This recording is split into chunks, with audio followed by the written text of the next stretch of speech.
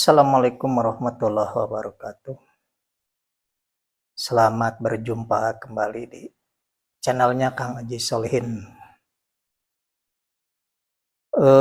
Untuk kali ini saya akan membahas, karena tadi melihat channel yang membahas masalah, memang kita itu harus istilahnya jangan lupa lah dengan sejarah kita, dengan karuhun nenek moyang kita yang dulu gitu, masa jayanya di zaman-zaman kerajaan. Tapi harus ingat gitu, jangan terlalu istilahnya mengkultuskan gitu lah. Justru kita ini harus dipersiapkan sebagai anak cucunya. Kita ini turunannya istilahnya dari para nenek moyang dahulu gitu, yang telah dipercayakan oleh Tuhan Yang Maha Kuasa, diberi amanah, diberi kekuatan, keilmuan gitu. Justru kita harus menyiapkan wadah diri kita sendiri untuk supaya bisa diwarisi oleh Tuhan gitu. Seperti halnya mereka juga bisa gitu dipercaya. Ya kita harus tetap misalnya ingat sejarah gitu. Sering mendoakan para sesepuh karuhun kita yang terdahulu dengan tawasul. Tapi jangan terlalu mengkultuskan. Jadi kita sendiri seolah mengkerdilkan diri gitu, seolah kita ini tidak mampu. Tidak seperti beliau-beliau itu dulu gitu. Masa jaya-jayanya istilahnya kerajaan segala macam gitu ya. Akhirnya kita menutup gitu, menutup batin kita untuk diberi amanah seperti mereka gitu. Jadi kalau saya tetap menekankan gitu ya, kita itu harus bertauhid langsung kepada Allah untuk bisa dipercaya juga menerima kekuatan-kekuatan yang dulu telah diwariskan kepada karuhun nenek moyang kita gitu terdahulu gitu. Sempat tadi disinggung di channel orang lain tersebut gitu ya. Jangankan kita katanya, jangankan kita yang sepangkat Nabi Muhammad saja itu tetap nggak bisa langsung ke Allah katanya, karena ada malaikat Jibril sebagai perantara gitu. Jadi seolah-olah Nabi itu gurunya bangsa malaikat gitu ya, atau malaikat itu gurunya seorang Nabi Muhammad gitu. Pada itu penafsiran yang saya anggap salah gitu ya. Karena kita harus paham bahwa seorang nabi itu dia tidak mempunyai guru, tidak ada perantara gitu. Walaupun seorang malaikat sekalipun gitu. Jadi seorang nabi itu langsung dari Allah itu diberikan istilahnya wahyu gitu ya. Jadi melalui ilham batin langsung tanpa perantara malaikat. Jadi kalau malaikat ini jadi penyampai wahyu setelah orang tersebut diangkat seorang nabi dan rasul gitu. Sedangkan calon seorang nabi sebelum jadi nabi ini beliau tidak pernah punya guru, tidak pernah punya guru spiritual gitu. Tidak punya guru pembimbing yang ngajarin dia akhirnya jadi nabi, enggak ada istilah di kenabian seperti itu. Contohlah kasus Nabi Muhammad sendiri gitu kan. Di usia 6 tahun sampai 8 tahun tuh pernah, mungkin 6 tahun, antara 6 tahun sampai 10 tahun. Itu istilahnya oleh Allah sendiri diberi hati nurani, kejernihan jiwa untuk selalu bertapakur gitu. Tanpa ada yang bimbing. Secara manusianya atau perantaranya enggak ada, itu memang Allah sendiri yang menghendaki ke Nabi Muhammad itu untuk rajin tapakur. Siapa yang menghadirkan pemikiran di pikiran Nabi Muhammad kecil seperti itu? Kalau bukan Allah. Jadi begitu di usia 12 tahun kan dikabarkan, diriwayatkan bahwa Nabi Muhammad itu udah punya ada kelebihan gitu.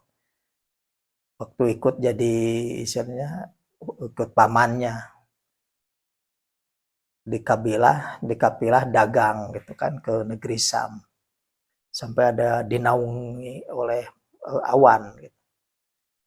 Pada itu sendiri tanda-tanda kenabian itu beliau masih 12 tahun usianya. Muhammad kecil ini dia tidak tahu bahwa dia itu bakal jadi nabi, tapi jiwanya udah cenderung ke situ. Udah memikirkan keadaan di Mekah, kaum jahiliyah, segala macam itu udah ada pemikiran. Nah, siapa yang memasukkan pemikiran itu ke jiwanya, ke pikirannya untuk ditafakuri oleh Muhammad kecil ini? Kalau bukan dari Allah. Beliau dapat ilham pertama atau dapat wahyu pertama itu waktu di usianya 35 tahun. Jadi begitu di Gua Hiro, istilahnya kan beliau lagi di Gua Hiro melihat keluar, kok terlihat ada ya makhluk yang bikin gemetar gitu Nabi Muhammad itu, calon Nabi itu, Muhammad kecil itu. Di usia 35 tahun. Jadi begitu lihat keluar ada makhluk yang istilahnya menutup timur dan barat saking besarnya. Nabi Muhammad ini, ya Muhammad sebelum jadi nabi itu kan masuk ke dalam sambil ya bergetar gitu. Karena kaget di luar ada makhluk yang aneh istilahnya. Sampai tiba-tiba ada yang datang masuk seorang laki-laki yang ternyata tadi itu kan wujud aslinya malaikat Jibril, kemudian mewujudkan jadi orang. Sampai di dekat 3 kali karena suruh baca ikro gitu. Apa yang saya baca? Itu sambil Muhammad itu sambil menggigil, apa yang harus dibaca? Karena malaikat Jibril tidak bawa catatan, nggak bawa buku, nggak bawa lembaran kertas. Jadi Nabi Muhammad nanya, apa yang harus dibaca? Ya, akhirnya setelah itu ya berkelanjutan Iqra bismi rabbikal ladzi khalaq. Jadi sebenarnya dibaca dengan akal, pemikiran, dengan tafakur, napakuri alam, keadaan gitu. Bukan baca gini kayak lembaran kertas, kayak di buku, bukan. Jadi maksudnya bukan Iqra itu baca kayak ada kertasnya, ada musabnya. Jadi dibaca dengan mentapakuri gitu. Semua alam ini ciptaan Allah gitu. Bismi rabbikal ladzi khalaq gitu. Jadi sampai berapa ayat di surat itu akhirnya beliau itu kan pulang ke rumah. Karena itu kan sesudah menikah dengan Bunda Siti Khadijah gitu. Usia 35 tahun. Akhirnya beliau tuh pulang ke rumah sambil masih menggigil kan. Karena lihat makhluk yang baru dilihat, pertama kali dilihatnya itu malaikat Jibril. Jadi sebelum didatangi malaikat Jibril, Nabi ini udah dibimbing, udah ada. Siapa yang menyuruh Nabi Muhammad ke Gua Hiro? Karena beliau ikut berdagang, tidak selalu terus-terusan tiap tahun berdagang. Di sela-sela harinya kadang-kadang menggembala, kadang-kadang ya kholwat itu. Siapa yang nyuruh Nabi Muhammad untuk berkholwat di Gua Hiro? Karena itu keberapa puluh kalinya sebenarnya kholwat di Gua Hiro. Baru ditemui malaikat Jibril itu menampakkan dengan wujud aslinya pertama, terus keduanya wujud orang ketika sudah masuk di dalam Gua Hiro-nya. Makanya sampai Nabi Muhammad itu sampai menggigil karena melihat makhluk yang memenuhi ufuk timur dan barat, saking besarnya itu malaikat Jibril kalau wujud aslinya gitu. Jadi sebelum ditemui malaikat Jibril, itu Allah yang membimbing terus melalui ilham sendiri yang masuk ke batinnya, ke pikirannya gitu.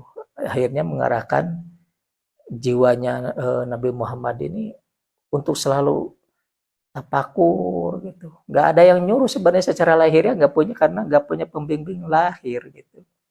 Malaikatnya juga belum menampakkan wujud gitu. Jadi sebelum usia 35 tahun tuh.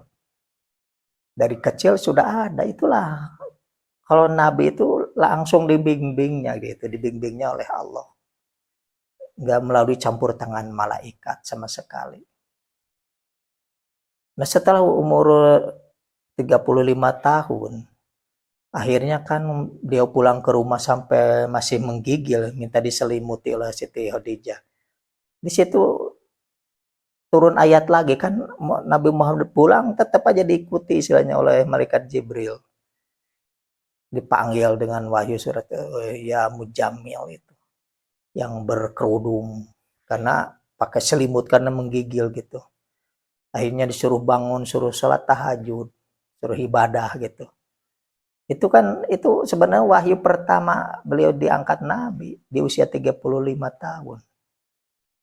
Tapi besok siangnya Siti Khadijah ini kan punya paman yang istilahnya pendeta Nasrani, menanyakan gitu bahwa terjadi sama suami, didatengin kan Nabi Muhammad cerita bahwa lihat makhluk yang gini-gini gitu ke Siti Khadijah. Akhirnya Siti Khadijah besoknya menemui pamannya yang pendeta Nasrani, menanyakan itu siapa gitu atau makhluk apa gitu. Akhirnya sama pendeta yang pamannya itu diceritakan, oh itu makhluk yang pernah datang ke Nabi Musa gitu. Berarti suamimu ini calon gitu, calon nabi.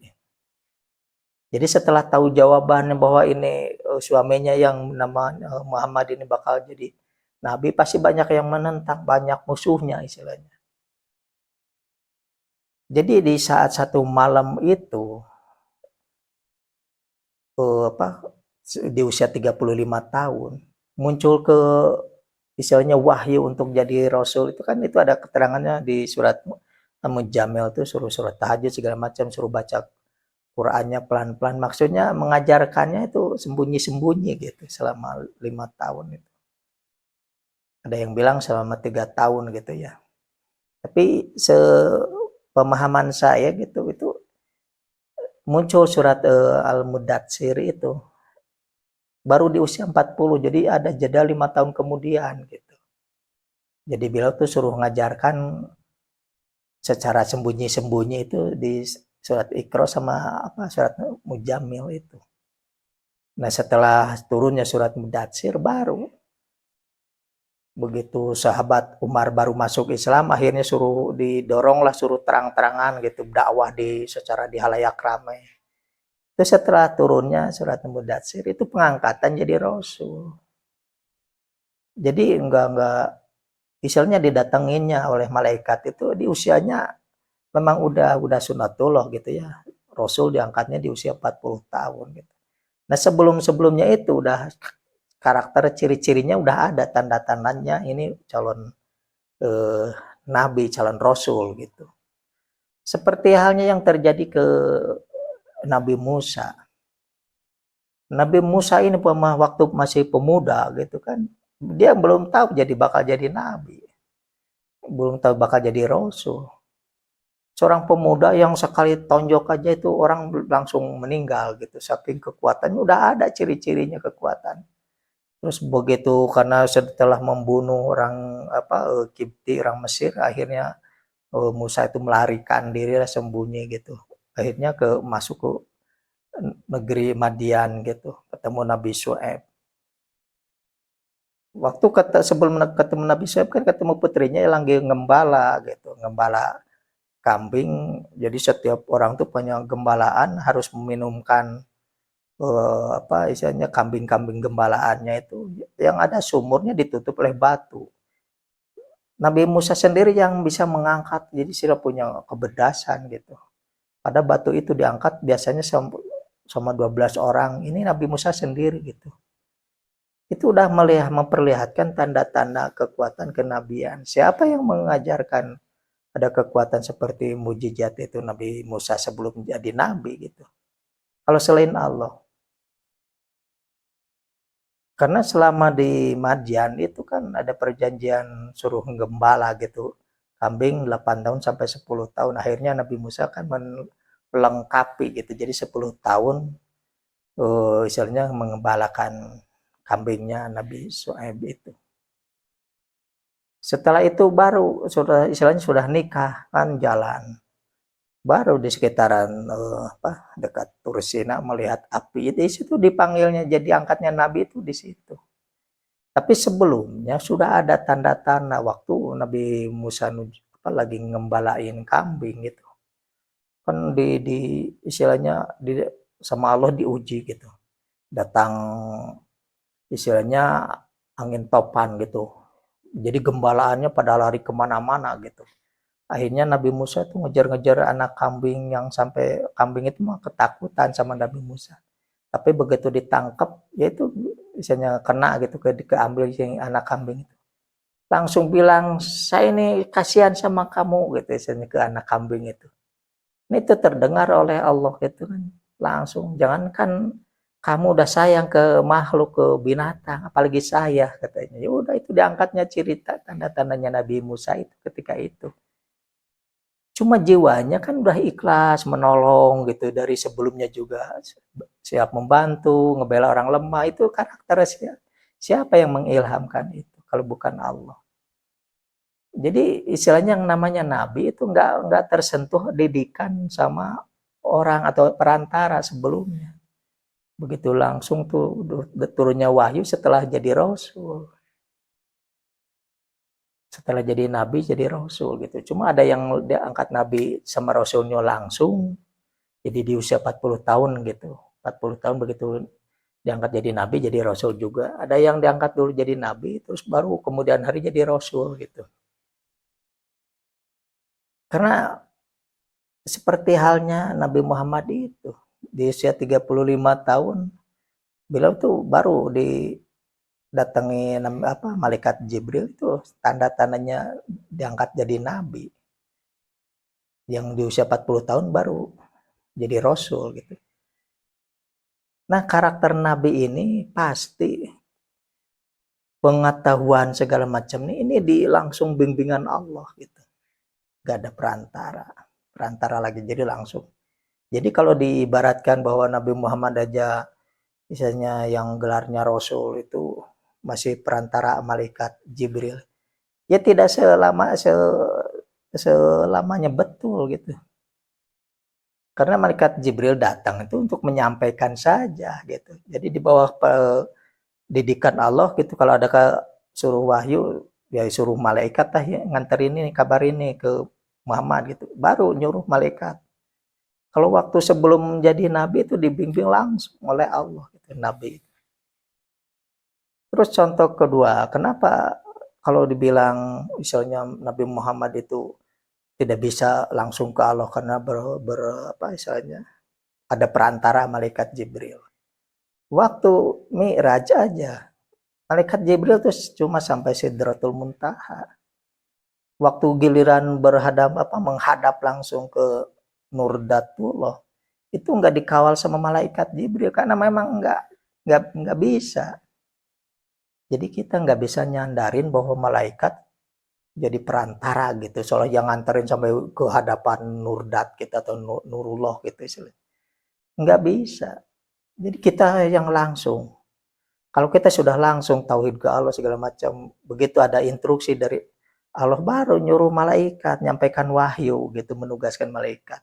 Karena malaikat sendiri tidak, misalnya malaikat Jibril emang selalu berbarengan terus ke Nabi Muhammad kan enggak. Karena beliau datang kalau diperintah oleh Allah suruh datang ini kabarin ke Muhammad bahwa gini-gini turun wahyu itu kan. Udah gitu pergi lagi. Karena memang itu malaikat juga menerimanya ilham lagi. Ya ketahuannya waktu Mi'raj itu. Ternyata malaikat Jibril nggak ketemu langsung dengan apa istilahnya Nur Muhammad Nurdat, enggak. Yang ketemu langsung malah Nabi Muhammad. Jadi tingginya lebih tinggi manusia yang bertauhid gitu. Terus kejadian lagi waktu Nabi Ibrahim mau dibakar kan. Begitu udah istilahnya kayu bakar udah nyalain, terus malah Nabi Ibrahim mau dilemparin ke api gitu kan, ke kobaran api yang lumayan besar. Terus datang malaikat. Misalnya menawarin jasa gitu, mau enggak pertolongan saya. Nabi Ibrahim langsung menolak, tidak butuh. Cukup Allah saja yang tahu. Nah itu tauhid yang lurus benar itu ajaran Nabi Ibrahim. Jadi kita tuh langsung ke Allah. Adapun kita kalau sudah dekat ke Allah segala macamnya, kalau ada suatu waktu mungkin karena itu malaikat bisa apa sebagai perantara dari Allah yang apa, menyampaikan kabar baru. Tapi kita enggak minta langsung, hai malaikat tolong sampaikan ke Allah, ya enggak usah gitu, langsung aja ya Allah gitu. Ini pasti nyampe, tapi apa berapa hari mungkin apa waktu seketika enggaknya terserah Allah ntar yang ngasih kabar lagi. Karena seperti itu kalau saya udah pekerjaan ya. Seperti halnya waktu dulu tahun 2004. Saya langsung nanya, ya Allah siapa yang bakal jadi presiden itu. Saya cuma lihat tuh, ya Allah sambil lihat ke atas ke langit itu. Itu langit seolah terbuka langsung. Jadi saya lihat ke atas kok langsung gambarannya itu kok yang bakal menang tuh Pak SBY gitu. Padahal saya itu berhadapan dengan guru.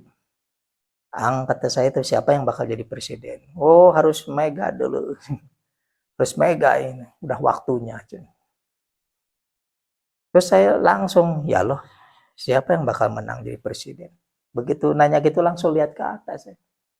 Oh, jadi gambaran udah terlihat. Kalau saya bisa dibilang dari tahun 2004 udah jalan seperti itu, saya nggak nanya, malaikat tolong saya pengen tanya gitu. Istilahnya kalau saya nggak pernah kayak gitu.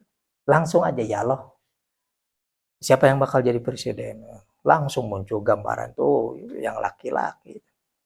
Terus nanya lagi, itu kan di Cianjur, nanya lagi di Indramayu. Nanya ke mama gitu, mama Makbul namanya. Syekh Mursyid juga guru gitu. Siapa yang bakal jadi presiden nih 2004 ini gitu. Oh harus sekarang nih muncul Ratu Adil katanya. Siapa itu? Mega katanya. Dari situ saya langsung nanya lagi, ya loh siapa yang bakal menang jadi presiden. Saya lihat ke atas lagi. Oh yang dilihat tetap aja SBY. Jadi saya dari dulu udah dibiasain. Tidak ada perantara. Jadi munajat langsung ya Allah. Nah nanti kalau setelah nanya kalau kabarnya melalui perantara si A, si B, itu terserah Allah. Cuma kita tuh langsung munajatnya langsung. Kenapa? Karena sepemahaman saya dan saya yakin bahwa Allah itu lebih dekat daripada urat leher kita. Jadi kita tinggal nanya. Adapun begitu pertanyaannya udah disampaikan berupa doa gitu istilahnya. Terus jawabannya nanti ditunda istilahnya melalui kabar dari orang. Tahu-tahu ada yang ngobrol ini, jangan-jangan ini. Jadi seolah-olah malaikat merupakan orang itu gitu, orang pintar lagi ngobrol gitu. Bisa jadi seperti itu. Kalau bertanya ya langsung aja. Jadi tauhid itu tetap ditekankan. Jadi jangan menduakan gitu seolah-olah yang Resi ini para wali tolong nih sampaikan karena kalian ini orangnya udah bersih rajin ibadah segala macam. Yaitu kalau saya buat saya ngaco aja. Karena mereka bisa apa? Mereka bisa apa tanpa izin kekuasaan dari Allah, kekuatan dari Allah. Karena saya berapa kali nguji ke level mereka itu ya. Bangsa Resi mau para wali, pernah ketemu dengan seorang wali juga saya menampakkan kayak di jubah, langsung saya buka itu karena saya takut tergoda.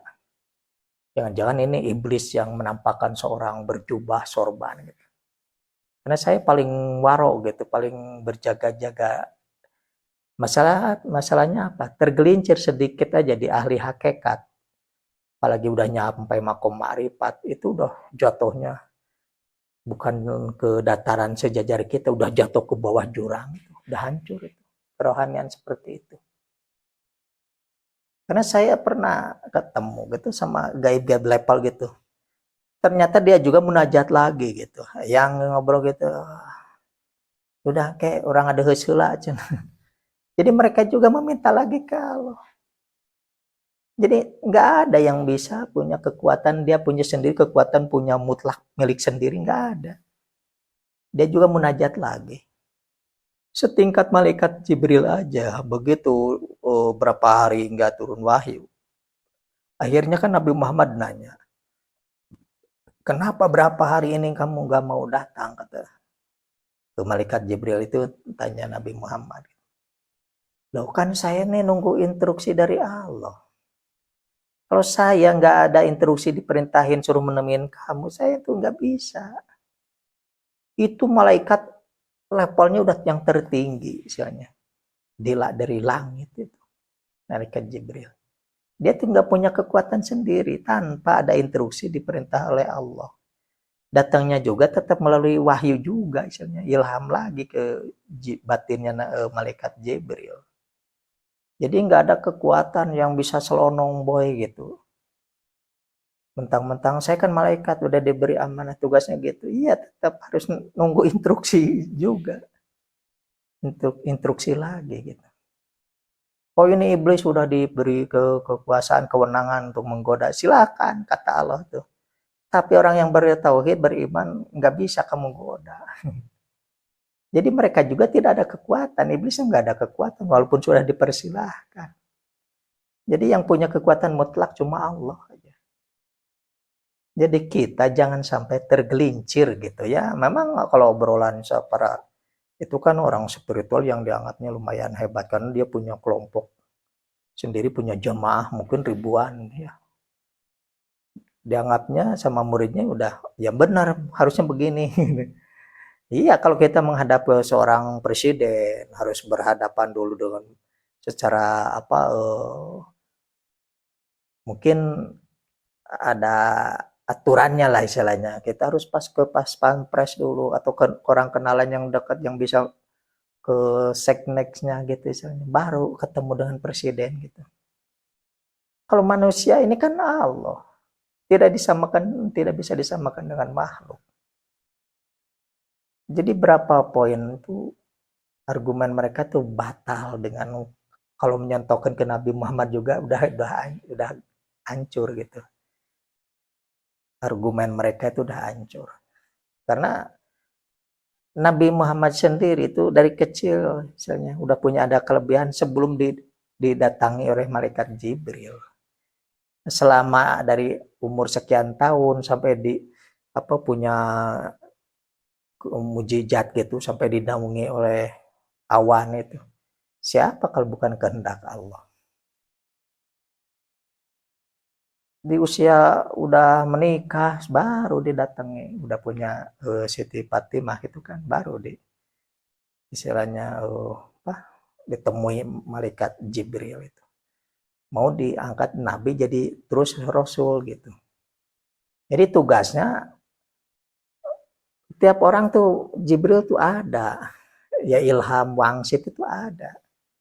Cuma kadarnya kalau buat sendiri, buat orang lain ada amanat buat umum lah istilahnya gitu.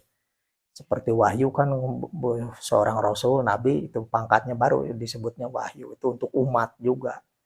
Peringatan buat sendiri yang terimanya oleh seorang nabi, rasul, tapi buat umat senegara bisa jadi gitu. Terus ada juga wangsit gitu. Wangsit buat sendiri, kadang-kadang buat lingkungan. Ada juga istilahnya wisik. Gitu. Itu buat istilahnya totone buat sendiri aja gitu. Tapi sama sebenarnya itu jenisnya kabar gaib istilahnya. Ada wisik, wangsit, wahyu. Kalau nabi, kalau bangsa wali ilham gitu. Jadi wahyu, ilham, wangsit, dan wisik gitu. Jadi naluri kalau wisik itu perasaannya harus segini gitu. Kalau enggak ya harus ada informasi dari orang pintar lah istilahnya, kamu harus begini dulu.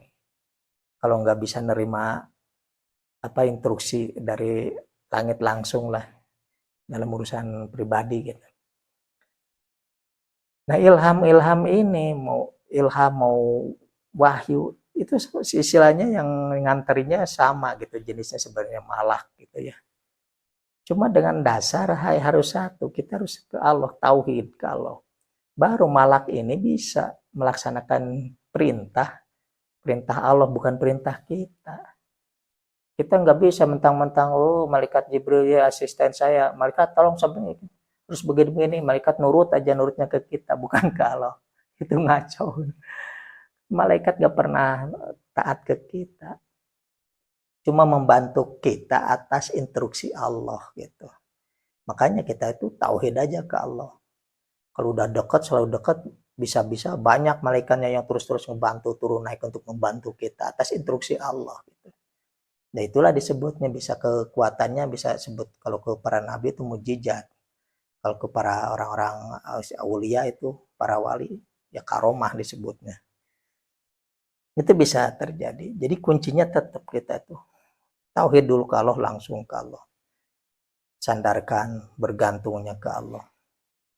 Adapun suatu saat nanti kita misalnya menerima syarat harus punya instruksi apa batin, kamu harus ngedatangin nih minta doa orang itu, ya udah laksanakan kalau udah itu instruksi dari Allah. Karena kita ini masih wajib ikhtiar gitu. Wajib ikhtiar untuk kemauan kita apa gitu. Terus ada begitu setelah istikharah ada petunjuknya bahwa oh saya tuh harus minta doa orang ini, ya udah laksanakan, itu perintah dari langit istilahnya. Kalau udah perintah dari langit jalankan gitu. Yang salah itu kita itu jangan langsung ke orang itu, ke orang pinter ini gitu. Ke Allahnya belum gitu, harusnya ke Allah dulu. Kalau kata Allah nih, udah kamu mau apa nih, mau sukses ini, oh udah kamu minta doa orang ini nih, minta didoakan oleh seorang itu gitu. Baru kita itu kan udah perintah Allah, jalanin. Kalau kita udah nanya ke Allah gitu.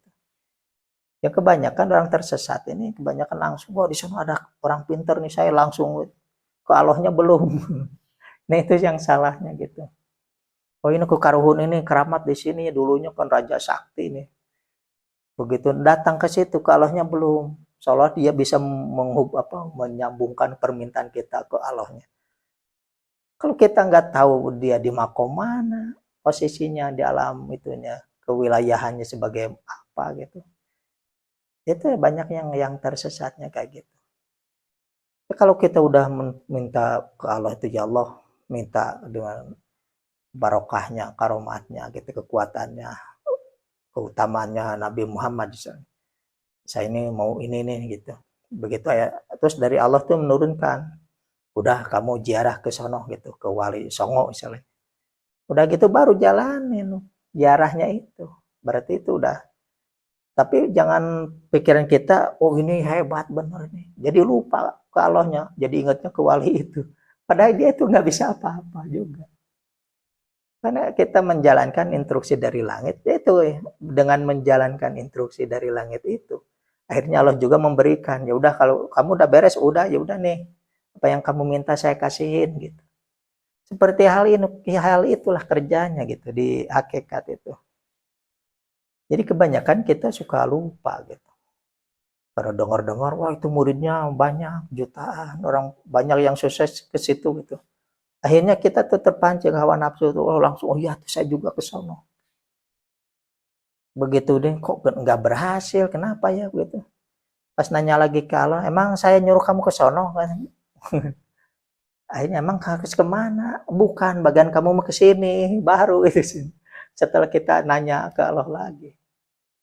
Jadi kita tuh jadi seorang pasif. Jadi gimana ya Allah? Saya kalau nggak ada kabarnya terus saja munajat terus dengan wirid-wirid dengan ibadah gitu. Minta petunjuknya harus gimana nih kemauan kita untuk kemasyhuran, kejayaan, keduniaan gitu apalah terserah.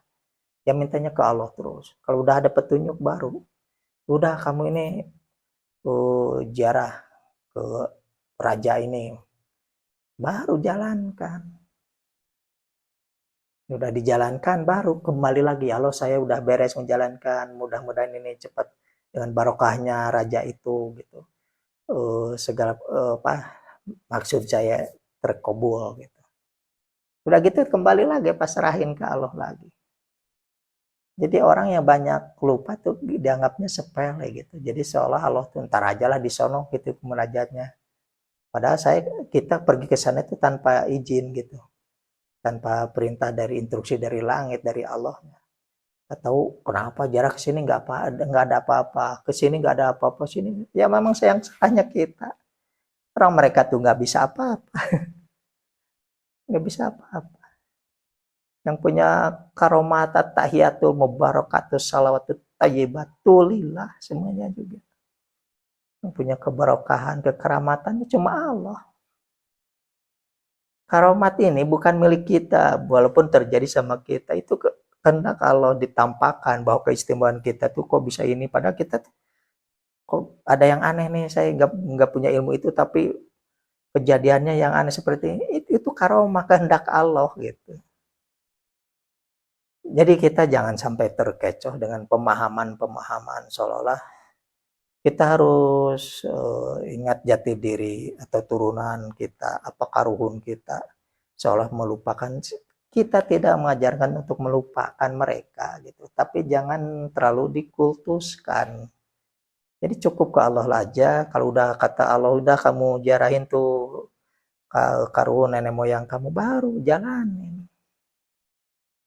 Jadi kita jangan sampai ini sirotol mustaqim ini jalan yang rambut dibagi tujuh, tergelincirnya batin nggak kerasa, merasa kan ini bener nih gitu. Kalau saya tidak ada tanpa ada orang tua gitu, tanpa ada kakek buyut istilahnya. Emang kita juga secara ini orang tua nggak sengaja dulu tuh pengen ada kita, kan dia tuh nggak tahu. Kita ada karena kehendak Allah. Orang tua nggak minta, ya Allah saya mau pengen punya anak namanya ini biar begini gini kan enggak. Begitu ini kita itu amanah gitu. Begitu udah ada, udah besar, udah akil balik, ya udah dia bebas sendiri, sudah merdeka gitu.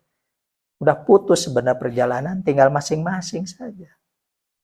Begitu kita punya anak juga, kalau anak udah dididik segala macam, mau buruk enggaknya, kalau dididikannya mungkin kita bagus terus dia jadi baik, ya alhamdulillah. Kalau enggak, kita udah maksimal, kalau ternyata begini ya udah. Begitu dia udah tahu salah benar, kita itu udah lepas sebenarnya. Udah dia juga udah merdeka, terserah dia gitu. Mau jadi Yahudi, Nasrani, terserah dia gitu. Siapa? Karena itu yang dari langit yang menentukan. Ya banyak contohnya, bapaknya Nabi, anaknya ya kayak Nabi Nuh itu anaknya durhaka itu. Suaminya Nabi, istrinya durhaka kayak Nabi Lut.